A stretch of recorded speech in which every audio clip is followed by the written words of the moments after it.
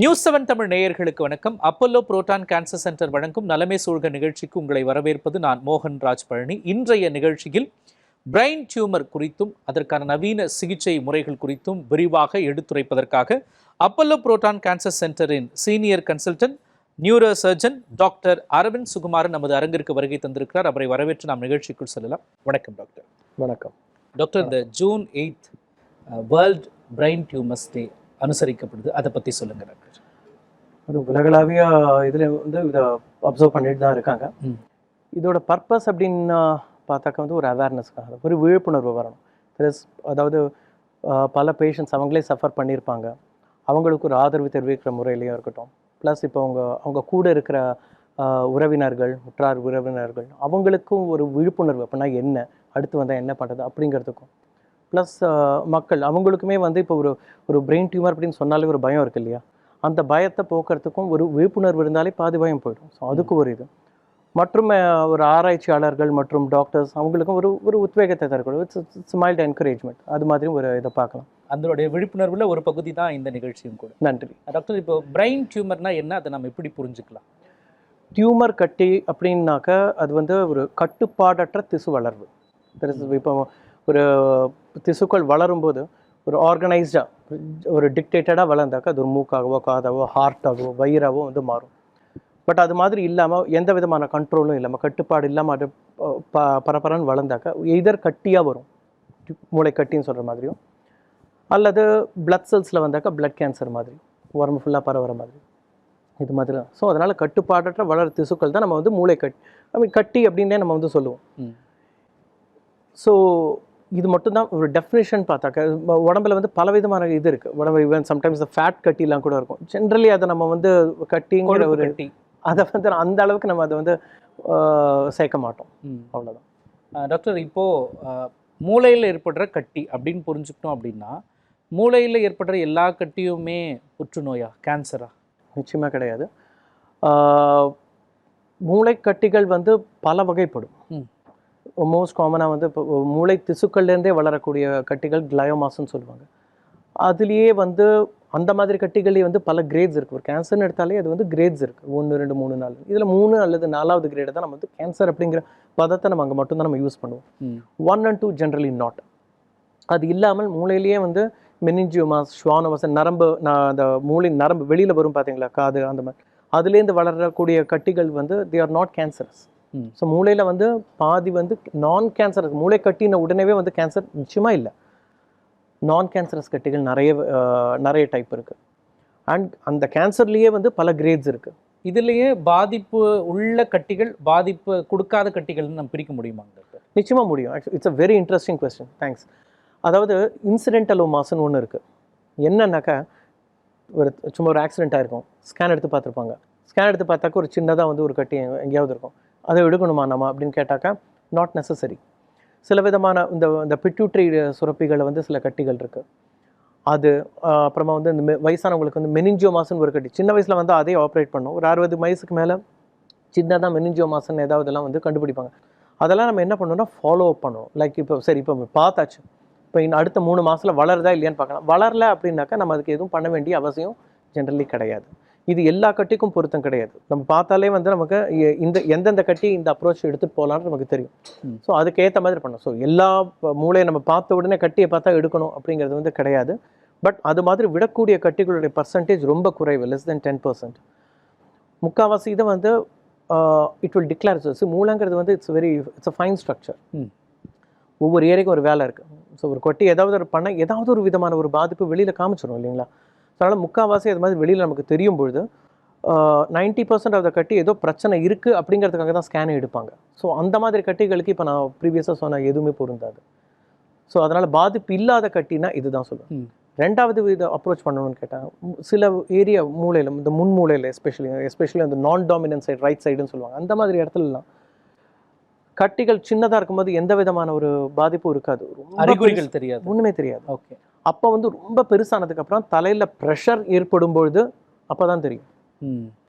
So அது இந்த early ஸ்டேஜில் பாதிப்பு இல்லைன்னு சொன்னாலும் அப்போவே கண்டுபிடிச்சா அது பாதிப்பு ஏற்படுத்தும்னு தெரியறதுனால நம்ம வந்து அதை ஆப்ரேஷன் பண்ணி எடுத்துருவோம். சில விதமான கட்டிகள் வந்து ரொம்ப ஏர்லியாக இப்போ ஃபார் எக்ஸாம்பிள் இப்போ கை கால் நகர்த்துற இடத்துல ஒரு கட்டி வந்ததுன்னா எதிர் வீக்னஸ் வரும், இல்லாட்டி அது வலிப்பு நோயாக வரும். சில ஏரியாவுக்கு வந்து வலிப்பு நோய் வரதுக்கான சான்சஸ் அதிகம். சில ஏரியாவில் அங்கே இருந்தாக்கா அந்த மாதிரி வரும். சில பேருக்கு வந்து கண் பார்வைக்கு கிட்ட இருந்ததுனாக்கா ஒரு சைடு கண்ணு தெரியாது. இந்த மாதிரி வந்து ஒவ்வொரு ஏரியாவுக்கும் ஒரு வேலை இருக்குது. ஸோ அதுக்கேற்ற மாதிரி ஒரு பாதிப்பு வந்து நிச்சயமாக இருக்கும். லொக்கேஷன், ரியல் எஸ்டேட் மாதிரி தான் அங்கே brain. Location location location. Operation பண்ணுறது வந்து எவ்வளோ கஷ்டன்றதுக்கும் லொக்கேஷன் இஸ் இம்பார்ட்டன்ட். அது பாதிப்பு கொடுக்குதா இல்லையா அதுக்கும் லொக்கேஷன் இம்பார்ட்டன்ட். நம்ம ஃபர்தராக அதுக்கு அந்த ரேடியோ தெரப்பிலாம் கொடுக்கும்போது எஃபெக்டிவாக நம்மளால் ரேடியேஷன் கொடுக்க முடியுதே, அதுக்கும் லொக்கேஷன் இம்பார்ட்டன்ட். ஸோ அதனால் வந்து பிரெயினே வந்து ஒரு it's very intricate organ with multiple functions எல்லா இடத்துலையும் இருக்குது. ஸோ அதுக்கேற்ற மாதிரி தான் எந்த இடத்துல கட்டி ஏற்பட்டிருக்குதோ அதுக்கேற்ற மாதிரி பாதிப்புகளும் அதிகமாகும். நிச்சயமாக வேறுபடும். ஃபார் எக்ஸாம்பிள் இப்போ ஒரு பேச்சு பகுதியில் இருக்குனாக்கா அவங்களால பேச்சில் வந்து பாதிப்பு இருக்கும். அதுலேயே வந்து புரிதல் பேச்சுன்னு இருக்கு, நாம பேசுறதுன்னு இருக்கு. ஓகே. ஸோ இப்போ வெறும் புரிதல் ஏரியாவில் மட்டும் இருக்குன்னா நாம நினச்சதை அவங்களால பேச முடியும், பட் அடுத்தவங்க பேச அவங்களுக்கு புரியாது.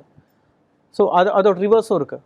அவங்களால அடுத்தவங்க என்ன பேசுகிறாங்கன்றதை கிளியராக புரிஞ்சுக்க முடியும், பட் அவங்களால பேச முடியாது, எழுத முடியாது.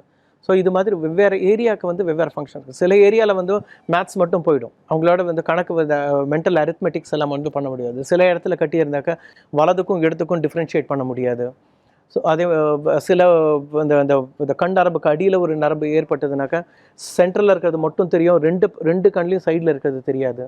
ஸோ இந்த மாதிரி வந்து பல விதமான ஒரு மேனிஃபெஸ்டேஷன்ஸ் இருக்கும். That's why it's kind of இன்ட்ரெஸ்டிங்காக நம்ம ஒரு ஹிஸ்ட்ரி அதை வச்சு கேட்டே வந்து ஸ்கேனை கூட பார்க்காம in about 80% of the cases எந்த இடத்துல கட்டி என்ன மாதிரி கட்டிங்கிறது வந்து ஒரு கெஸ் எடுத்துகிட்டு வர முடியும்.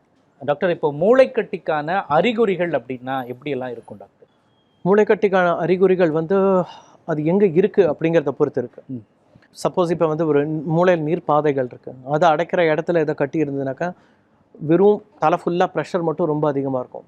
அதனால வந்து தலைவலி, வாந்தி, அதெல்லாம் நடை பாதிப்பு இதெல்லாம் வரும். சம்டைம்ஸ் வந்து கை கால் கண்ட்ரோல் பண்ணுற ஏரியாவில் வந்து நான் இங்கே பார்க்குற நேயர்கள் முக்கால்வாசி பேருக்கு தெரியும், வலது மூளை இடது கை காலையும், இடது மூளை வலது கை காலையும் கண்ட்ரோல் பண்ணுது. ஸோ அதனால் வந்து இப்போ ஒரு வலது மூலையில் கை கால் ஏரியாவில் வந்து உங்களுக்கு கட்டி இருந்ததுனாக்கா இடது பக்கம் கை கால் வந்து ஒரு பலக்குறைவு ஏற்படுறதுக்கு ஒரு வாய்ப்பு இருக்குது. ஃபிட்ஸாக வலிப்பு நோயாக அது வந்து மேனிஃபெஸ்ட் பண்ணலாம். இல்லாட்டி வந்து கண் பார்வை பாதிப்பு ஏற்படலாம். இல்லாட்டி நான் ஏற்கனவே சொன்ன மாதிரி அவங்களுடைய திங்கிங் ப்ராசஸ் ஒரு மாதிரி டல்னஸ் இருக்கலாம், ஒரு பிஹேவியரில் வந்து அவங்க ஒரு மாற்றம் தெரிவிப்படலாம். இது மாதிரி பலவிதமான இது இருக்குது. Generally headache is a very common thing. தலைவலி, வாந்தி, நடை பாதிப்பு இந்த மாதிரி. ஸோ நம்ம வெறும் வலி அப்படிங்கிறத மட்டும் எடுக்காமல் கூடவே வேறு ஏதாவது நியூரலாஜிக்கலாக சிம்டம்ஸும் சேர்ந்து இருந்ததுன்னா அப்போ வந்து கொஞ்சம் கேர்ஃபுல்லாக இருக்கிறது நல்லது. வேறு என்னென்னலாம் சிம்டம்ஸ் இருந்தால் நம்ம மூளையில் ஏதோ ஒரு பிரச்சனை இருக்குன்னு எப்படி தெரிஞ்சு? தலைவலியோட டைப்பை இப்போ நம்ம எல்லாருக்குமே வந்து டென்ஷன் ஹெட்ஏக் வரும், வெயிலில் போனால் வரும், மைக்ரைன் தலைவலி வரும். அது ஒரு சாமானிய மனுஷன் நாங்கள் எல்லாருக்குமே பிரித்து பார்க்குறது நியாயமான கேள்வி. ஸோ இந்த மாதிரி இதில் அதாவது இப்போ ஒரு தலைவலி டெய்லி வருது அண்ட் படிப்படியாக அதிகமாகுது. அண்ட் ஏர்லி மார்னிங் ஜென்ரலி அந்த தலையில் ப்ரெஷர்னால் ஏற்படக்கூடிய வலின்னா விடிய காலையில் தூங்கி எந்திரிச்சோடனே வலி அதிகமாக இருக்கும், கூடவே வாந்தி இருக்கும். ஸோ இது மாதிரி இருந்ததுனாக்கா you have to be careful. இதில் முக்கியமாக இன்னொன்று பதிவு பண்ணணும்னு நினைக்கிறேன். என்னென்னா குழந்தைகளுக்கு வந்து சின்ன குழந்தைங்களுக்கு வந்து சம்டைம்ஸ் வாந்தி வரும். அவங்களுக்கு வந்து அவங்களுக்கு தலைவலி ரொம்ப வராது, தலையில் ப்ரெஷரே இருந்தால் கூட அவங்க வந்து ஒரு வாந்தின்னு திருப்பி டாக்டர்கிட்ட போங்க, வயிற்றுக்கெல்லாம் ஸ்கேன்லாம் எடுப்பாங்க, எல்லாமே நார்மலாக இருக்கும். பட் இந்த மாதிரி பல டைம்ஸ் இது வந்து மூளையில் கட்டி இருந்திருக்கு. ஸோ அதனால் வந்து ஒரு காரணம் கண்டுபிடிக்க முடியாத மாதிரி ஒரு வாந்தி ஒரு குழந்தைக்கு கண்டினியூஸாக ப்ரொஜெக்டைல் வாமிட்டிங் சொல்லுவாங்க, அப்படி ஃபுல்லாக அடிச்சு விடும். அந்த மாதிரி வாந்திலாம் இருந்ததுன்னா கொஞ்சம் கேர்ஃபுல்லாக அதை நம்ம வந்து வி ஹாவ் டு ஹேண்டில். ஒரு ஸ்கேன் எடுத்துடலாம், இல்லாட்டி கண் நரம்பை வந்து கண் விழித்திரை வந்து ஒரு ஆப்தால்மாஸ்கோப் வச்சு பார்ப்பாங்க. அது மாதிரி பார்த்தாலே வந்து தலையில் ப்ரெஷர் இருந்தாக்கா அந்த கண் நரம்பு கொஞ்சம் வீங்கி இருக்கும், அதை ஐடென்டிஃபை பண்ணணும். பட் குழந்தைங்கள் அதை பார்க்குறது ரொம்ப கஷ்டம், விடாதுங்க. ஸோ அதனால் வந்து இந்த மாதிரி சிம்டம்ஸ் இருந்தாலும் இப்போ தலைவலிக்கு சொன்ன மாதிரி கொஞ்சம் ஒரு எக்ஸ்ட்ரா காஷன் கொடுத்து ஒரு ஸ்கேன் எடுத்துகிறது வந்து கொஞ்சம் பெட்டராக இருக்கும். டாக்டர், இப்போது நீங்கள் எத்தனையோ நோயாளிகளை பார்த்துருப்பீங்க, எந்த ஏஜில் பொதுவாக இந்த மூளைக்கட்டிகள் வரதா நம்ம பார்க்கலாம்? அன்ஃபார்ச்சுனேட்லி மூளைக்கட்டிகள் எல்லா ஏஜ்லேயுமே வருங்க. சின்ன ஒரு ரெண்டு நாள் பிறந்த குழந்தையிலேருந்து வயசானவங்க வரைக்கும் வரும். பட் ஜென்ரலி வயசானவங்களுக்கு இட்ஸ் பைமோடல் பீக்குன்னு சொல்லுவாங்க. 2 பீக் இருக்கும். ஒன்று 15 வயசுக்குள்ளே ஒரு பீக் இருக்கும், அதுக்கப்புறம் வந்து 50 வயசுக்கு மேலே இன்னொரு பீக் இருக்கும். நடுவில் வந்து கொஞ்சம் இன்சிடென்ட்ஸ் கம்மியாக இருக்கும். தெர் இஸ் ஒரு பெர்சன்டேஜ் ஆஃப் ஒரு 40 வயசுக்காரங்க 100 பேர் இருந்தாங்கன்னா அதில் எத்தனை பேருக்கு இருக்கும் அப்படிங்கிற அந்த பெர்சன்டேஜ் பற்றி பேசும்போது முக்கியமாக என்னென்னா ஒவ்வொரு ஏஜ் குரூப்புக்கும் இந்தென்ன கட்டி வரும் அப்படிங்கிறதுக்கும் ஒரு ஒரு ஒரு ஸ்டாட்டிஸ்டிக்ஸ் இருக்குது. கிளையோபிளாஸ்டோமா அப்படின்னு சொல்லக்கூடிய கட்டிகள் வந்து ஜென்ரலி ஒரு 60 வயசுக்கு மேலே தான் வரும் அப்படின்னு இருக்குது. மேக்ஸிமம் அவங்களுக்கு தான் வரும். பட் ஆனால் வந்து 10 வயசு கீழே வராதான்னு கேட்டால் அப்படி இல்லை, அதுவும் இருக்கும். Rare, that's very rare. So உங்களுக்கு மேக்ஸிமம் என்ன இருக்குது அப்படின்னு. அதே மாதிரி மெடுலோபிளாஸ்டோமான்ற இது ஜென்ரலி குழந்தைங்களுக்கு தான் வரும். பட் ஆனால் வந்து 40 வயசுக்காரங்களுக்கு வராதுன்னா அதுவும் வரலாம். பட் அதுக்கான சான்சஸ் ரேர். ஸோ அதனால் நம்ம எல்லாத்தையும் சேர்த்து தான் பார்க்கணும். ஓகேங்க டாக்டர். இப்போது நம்ம ரெண்டாக பிரிச்சுக்கலாம்னு வச்சுக்கோங்களேன். ஒரு பக்கம் அடல்ட்ஸ், இன்னொரு பக்கம் சில்ட்ரன்ஸ். இவங்க 2 பேருக்கும் ஏற்படுற மூளைக்கட்டிகள் அல்லது மூளைக்கட்டி சார்ந்த புற்றுநோய்கள், அதில் இருக்கிற அணுகுமுறையும் அதுக்கான ட்ரீட்மெண்ட்ஸும் எப்படியெல்லாம் வேறுபடும்? ரொம்ப இம்பார்ட்டன்ட் கொஸ்டின். அதாவது இது எப்படி ஆரம்பிக்கணும்னாக்கா, ஒரு குழந்தைகளையும் பெரியவங்களையும் நம்ம பார்க்குறோம் அப்படின்னாக்கா, ஃபஸ்ட்டு பெரியவங்களோட இதுக்கு வந்து ஃபஸ்ட் நம்ம பேஷண்ட்கிட்டயே டிஸ்கஸ் பண்ண முடியும். அவங்கக்கிட்டே வந்து உங்களுக்கு என்ன வேணும், what is your expectation out of the surgery, உங்களுக்கு வந்து தெர் இஸ் அதிக டைம் இருக்கிறது முக்கியமாக, இல்லைனாக்கா உங்களுக்கு அந்த இருக்கிற டைம் நல்ல பக்காவாக எந்த விதமான தொந்தரவும் இல்லாமல் நல்லபடியாக இருக்கிறது முக்கியமாக. இதெல்லாம் இட்ஸ் ஹார்ட். நாள் நீடிக்கணுமா, வலி இல்லாத வாழணுமா? வலின்னு சொல்ல முடியாது, குவாலிட்டி ஆஃப் லைஃப். ஓகே, இது எது வேணும்? There is something called onco functional balance. ஆன்காலஜினாக்கா எவ்வளோ டியூமர் எடுக்க முடியும், ஃபங்க்ஷனல் பேலன்ஸ். இந்த ரெண்டுத்துக்கும் ஒரு பேலன்ஸ் இருக்கும். முக்கால்வாசி எங்களோட எய்ம் வந்து கம்ப்ளீட்டாக டியூமரும் எடுக்கணும், ஆனால் வந்து எந்த விதமான டெஃபிசிட்டும் வரக்கூடாது. இதுதான் ஐடியல். பட் சில டைமில் நம்மளால் அதை வந்து கொடுக்க முடியாது. அப்படிங்கும்போது நம்ம எந்த அளவுக்கு நம்ம வந்து அக்ரெசிவாக இருக்கணும் அப்படிங்கிறத we have to make the patient a part of our team. We have to discuss with them. குழந்தைங்களில் வந்து it's extremely sensitive thing. First குழந்தையோட டிஸ்கஸ் பண்ண முடியாது. You have to involve the parents, not just the parents but the whole family. எல்லாருக்குமே ஒரு concern இருக்கும் இல்லைங்களா. So அவங்க கூடயும் நம்ம டிஸ்கஸ் பண்ணணும். எது வேணால் பண்ணுங்க அப்படிங்கிற அக்ரெசிவாக இருக்கணும் தான் விருப்பப்படுவாங்க. செகண்ட்லி, குழந்தைங்களுக்கு வரக்கூடிய ஒரு 3 வயசு கீழே ரேடியேஷன் கொடுக்க முடியாது எங்களால்.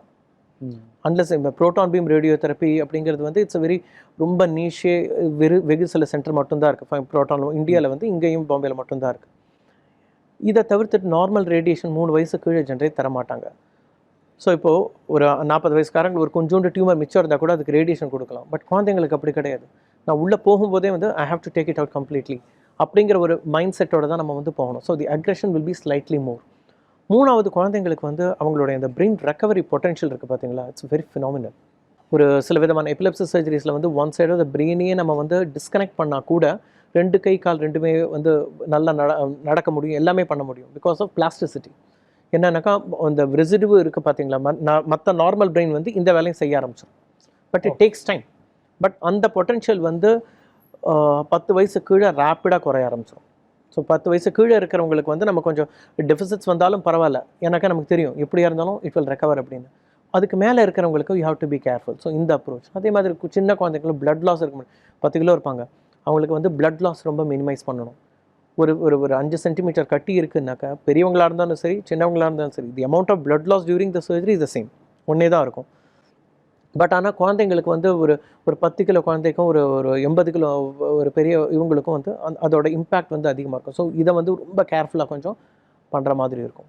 ஸோ இதான் ஒரு அணுகுமுறை அப்படின்னு பார்த்தாக்கா, அந்த ஒரு ஃபேமிலி ஹேண்டில் பண்ணுறதுலேருந்து ஆரம்பித்து எல்லாமே ரொம்ப டிஃப்ரெண்ட்டு. ப்ளஸ் ஒரு குழந்தைன்னும் போது தெர் இஸ் அந்த emotional charge is much higher. ஒரு இவங்க பண்ணுறது ஒரு பெரியவங்களுக்கு பண்ணக்கூட அந்த மாதிரி சொல்ல வரல. பட் ஆனால் ஒரு குழந்தைக்குன்னும் போது ஒரு இன்க்ளூடிங் டாக்டர்ஸ் நாங்களே கொஞ்சம் பதறிடுவோம் வைங்களேன். டைப்ஸ் ஆஃப் டியூமர்லேயும் வந்து நிறைய டிஃப்ரென்ஸ் இருக்குது. Glioblastoma is one of the it's a bad type of tumour. மெடுலோபிளாஸ்டோமாங்கிறது it's a curable tumour in a child. இந்த மெடுலோபிளாஸ்டோமெல்லாம் சின்ன வயசில் வந்து நான் ஒரு ரெசிடென்சி பண்ணும்போது இது இன்க்யூரபிள் டியூமர் அப்படிங்கிற மாதிரி தான் இருந்தது. Now it is curable. It's completely curable. ஃபுல்லாக எடுக்கிறது மட்டும் இல்லை, ஃபர்ஸ்ட் மற்ற தெரப்பீஸ் எல்லாம் வச்சு it's with a normal life span. Doctor, இப்போது சர்ஜரின்னு நம்ம எடுத்துட்டோம் அப்படின்னா, பிரெயின் டியூமருக்கான சர்ஜரி அப்படிங்கிறது எந்த ஏஜ் குரூப்புக்கு சரியானதாக இருக்கும்? பண்ணணும் அப்படின்னாக்கா எல்லா ஏஜ் குரூப்லேயுமே வந்து பண்ணணுங்க, பண்ண முடியும். But at the same time அந்த பேஷண்ட்டுடைய ஃபிசியலாஜிக்கல் ரிசர்வ்னு சொல்லுவாங்க. தெரிஞ்சு இப்போ ஒரு 80 வயசில் வந்து மேரத்தான் ஓடுறவங்க, ஒரு 1500 கிலோமீட்டர் சைக்கிள் ஓட்டுறவங்களாமும் இருக்காங்க, ஃபுல் ஆக்டிவாகவும் இருப்பாங்க. சில பேர் 60 வயசுலேயே வந்து ஒரு மாதிரி வீக்காக வெளில போகாத மாதிரி இருப்பாங்க. ப்ளஸ் அவங்களுக்கு வந்து கூட பலவிதமான எக்ஸ்ட்ரா உபாதைகள் இருக்கும். கிட்னி ஃபெயிலியர் இருக்கலாம், இல்லாட்டி உடம்புல வேறு எங்கேயாவது கேன்சர் இருக்கலாம், அது மூளைக்கு பரவி இருக்கலாம். அவங்களோட ஜென்ரல் ஒரு வீக்னஸ் இருப்பாங்க, இல்லாட்டி அவங்களுடைய காக்னிஷன், அவங்களோட திங்கிங் ப்ராசஸ் எல்லாமே ரொம்ப மோசமாக இருக்கலாம். இந்த மாதிரி பேஷண்ட்ஸுக்கு வந்து நம்ம it's something that you need to discuss with the family. அதாவது நல்லது பண்ணுறேன்னு சொல்லிட்டு இன்னொரு 1 இயர் லைஃப் ஸ்பேன் இன்க்ரீஸ் பண்ணி அவங்க பேஷண்ட்டை கஷ்டத்தை ஏற்றக்கூடாது. யூ கேனாட் ப்ரொலாங் ப்ராசஸும் இதில் ஒரு ரோல் பண்ணுவாங்க. நிச்சயமாங்க, நிச்சயமாக. ஃபார் எக்ஸாம்பிள் இப்போ வந்து ஒரு சயின்டிஸ்ட், ஒரு கிரியேட்டிவ் ரைட்டர், அவங்களுக்கெல்லாம் வந்து எனக்கு உங்களுக்கு லெஃப்ட் சைடு வந்து வராது, பட் ஆனால் திங்கிங் ப்ராசஸ் நல்லாயிருக்கும் அப்படின்னு சொன்னாக்கா அதை தான் அவங்க சூஸ் பண்ணுவாங்க இல்லைங்களா? ஸோ அவங்க அதாவது this is for the quality of லைஃப்னு சொல்லும்போது வந்து அவங்களுடைய வேலை என்ன, அவங்களோட ப்ரொஃபஷன் என்ன, அவங்க எதை இம்பார்ட்டண்ட்டாக நினைக்கிறாங்க. இப்போ வலது கையில் ஒருத்தவங்க எழுதுறாங்க இல்லை வரைகிறாங்கன்னாக்கா அவங்களுக்கு அதுதான் முக்கியம், உங்களுக்கு நடக்கிறத விட இது. So this is something that we have to discuss with the patients. ஒரு பேஷண்ட்டால் ரொம்ப முடியலை வித் வேரியஸ் அதர் ரீசன்ஸ், இந்த டியூமர் கட்டினால் மட்டும்தான் எல்லா பிரச்சனையுமே நான் நிச்சயமாக ஆப்ரேஷன் பண்ணேன். பட் அது இல்லாமல் உடம்புல பல உபாதைகள்லாம் இருக்கும்போது I think we need to discuss with the family. உங்களுக்கு என்ன பண்ணணுமா, இப்போ நம்ம பண்ணுறதுனால பேஷண்ட்டுக்கும் உங்களுக்கும் நல்லது இருக்கணும். அப்படி இல்லாமல் பேஷண்ட்டுக்கும் தெர் இஸ் அவருடைய கஷ்டத்தை நம்ம வந்து நீட்டிக்கிற மாதிரி ஆகக்கூடாது. So this is something that there is something called KPS ன்னு ஒரு டேர்ம் யூஸ் பண்ண, கர்னவ்ஸ்கிஸ் பெர்ஃபார்மன்ஸ் ஸ்கேல். ஒரு பேஷண்ட்டுடைய பர்ஃபார்மன்ஸ் ஸ்கோர் அது 0 to 100, அது வந்து ஒரு இட் கோஸ் இன் 10. ஜென்ரலி 60 கீழே இருக்குது அப்படின்னும் போது இட்ஸ் சர்ஜரினால they won't see much benefit. அவங்களுக்கு வந்து we have to discuss பண்ணணுமான்னு நீங்கள் சொல்லுங்கள் அப்படிங்கிறது வந்து இட்ஸ் அ ரியலிஸ்டிக் திங். நம்ம வந்து சண்டை பண்ணிகிட்டே இருக்கணுங்கிறது அவசியம் கிடையாது. எப்போ வந்து நம்ம விடணும் அப்படிங்கிறது தெரியுதும் ரொம்ப முக்கியம். ஸோ எந்த ஏஜ் குரூப்பும் கிடையாது, எல்லா ஏஜ் குரூப்புக்கும் பண்ணலாம். பட் ஒவ்வொரு ஏஜ் குரூப்லேயுமே வந்து இந்த பேஷண்ட்டுக்கு நம்ம பண்ணுறது வந்து அவங்களுக்கு நல்லதா அப்படிங்கிறது வந்து முக்கியமாக யோசிக்கணும். ஓகேங்க. இப்போ புற்றுநோயை நம்ம எப்படி சொல்லுவோம் அப்படின்னா, சீக்கிரத்துலேயுமே நாம் கண்டறிச்சிட்டோம் அப்படின்னா அதுலேருந்து நம்ம முழுமையாக வெளியில் வர முடியும், இல்லை ஈஸியாக குணப்படுத்திடலாம் அப்படின்னு சொல்கிறப்போ மூளைக்கட்டிகளுக்கும் அது பொருந்துமா? அவ்வளவா பொருந்தாது அப்படின்னு நான் சொல்லுவேன். ஏன்னாக்கா நம்ம முதல் கொஸ்டினில் நம்ம கேட்ட மாதிரி இந்த கேன்சர் கட்டி, நான் கேன்சர் கட்டின்னு வகைப்படுத்தலாம். இதில் நான் கேன்சர் கட்டிகளுக்கு வந்து சிலதற்கு அந்த ஷ்வானோமான்னு நரம்புலேருந்து வரக்கூடியது, இது வந்து ஒரு 3 சென்டிமீட்டருக்கு கீழே இருக்கும்போது காதுக்கு பின்னாடி வேறு அக்கோஸ்டிக் ஷ்வானோமா, அது கொஞ்சம் சின்னதாக இருக்கும்போதே நம்ம ஐடென்டிஃபை பண்ணிட்டோம்னா அப்போ வந்து ஆப்ரேஷன் இல்லாமல் ரேடியோ சர்ஜரி அப்படிங்கிற கூடிய ஒரு விதமான ரேடியோ தெரப்பி தான் அது. It's radio surgery. அதன் மூலமாக ஆப்ரேஷன் இல்லாமையே அதை கம்ப்ளீட்டாக கட்டுப்படுத்த முடியும். பட் அது ஒரு 3.5 சென்டிமீட்டர் 4 சென்டிமீட்டருக்கு மேலே போச்சுன்னா ஆப்ரேஷன் பண்ணிவிட்டு அதுக்கப்புறமா நம்ம கொடுக்க வேண்டியிருக்கும், இல்லை டெஃபினட்டாக ஆப்ரேஷன் வந்து பண்ண வேண்டியிருக்கும்.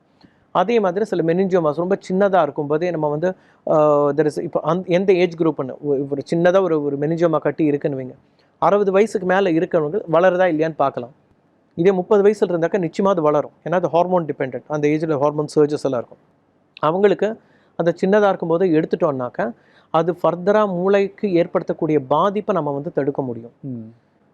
இதையே நம்ம ஒரு கேன்சருக்கும் இதை வந்து எக்ஸ்டெண்ட் பண்ண முடியுமா இதே லாஜிக்கு அப்படின்னு கேட்டால் இட்ஸ் வெரி டிஃபிகல்ட். நான் சொன்ன மாதிரி first and second grade cancers வந்து தேர் ஸ்லோ க்ரோயிங்.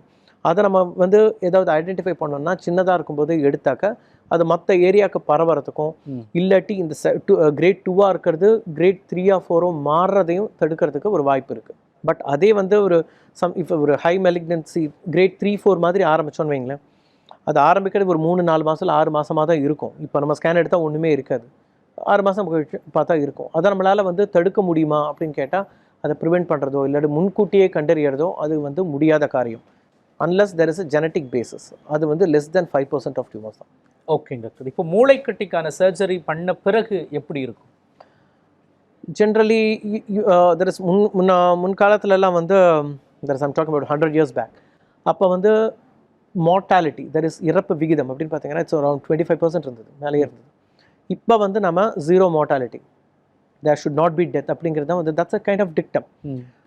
ஸோ இந்த ஸ்டேஜுக்கு வரும்போது தான் நம்ம வந்து குவாலிட்டி ஆஃப் லைஃப்ன்றதுக்கே நம்ம வந்து திங்க் பண்ண ஆரம்பிக்கிறோம். தெர் இஸ் பலக்குறைவு வரக்கூடாது, பேச்சு பாதிப்பு இருக்கக்கூடாது, கண் நல்லா இருக்கணும், எல்லாமே நல்லா இருக்கணும் அப்படின்னு யோசிக்கிறோம்.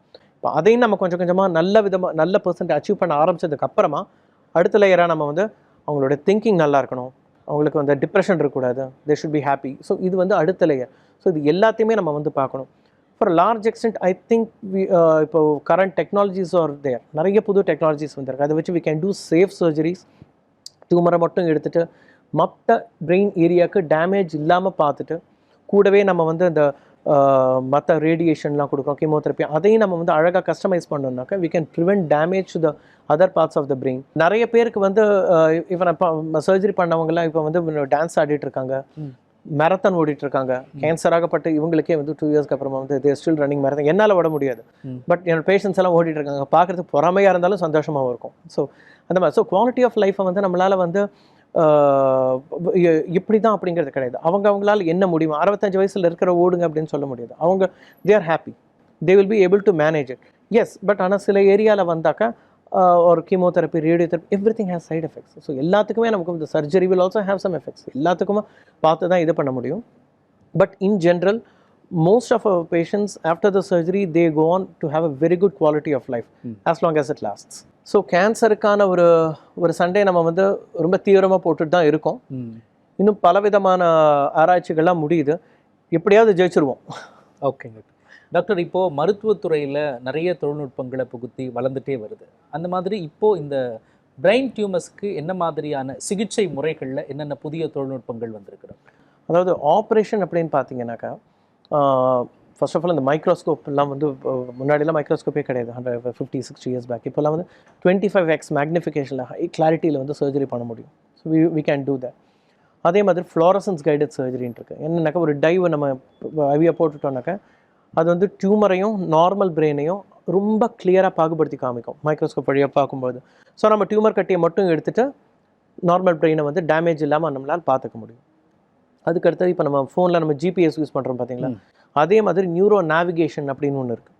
ஏன்னா எனக்கு இப்போ மூளையில் நம்ம எந்த இடத்துல இருக்கோம் அப்படிங்கிறது வந்து நமக்கு வந்து அழகாக வந்து இது காமிச்சிரும். தட் இஸ் இப்போ நம்ம ஆப்ரேட் பண்ணுறது இன்னும் சின்ன இதில் டெப்த்தில் பண்ணுறோன்னா கூட மூளையில் எங்கே இருக்குன்றது வந்து கண்டினியூஸாக அதை வந்து காமிச்சிட்டே இருக்கும். நம்ம ஆப்ரேட் பண்ண கரெக்டாக வரும். Exactly just like GPS. So that makes the surgery very easy. ரொம்ப கிரேனியோட்டம் இதர் இந்த ஓப்பனிங்கை வந்து ரொம்ப சின்னது பண்ணலாம், கரெக்டாக எங்கே பண்ணணுன்றது நமக்கு தெரிஞ்சிடும். அதே மாதிரி அவேக் கிரேனியோட்டமி, தட் இஸ் பேஷண்ட்ஸ் வந்து முழு நினைவு இருக்கும்போதே பண்ணுற operation.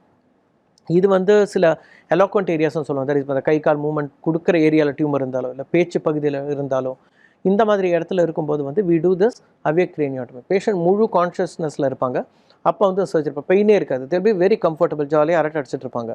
they will be very happy. We will be operating during the surgery. During the surgery நாங்கள் எடுத்துகிட்டே இருக்கும்போது சார் இந்த கை தூக்குங்க சார், இந்த இது பண்ணுங்க சார், பேசுங்க, இது சொல்லுங்கள் அதை சொல்லுங்கள். சம்டைம் அரசியல்லாம் கூட பேசியிருக்கோம் எங்கள் பேஷண்ட்ஸ் கூட.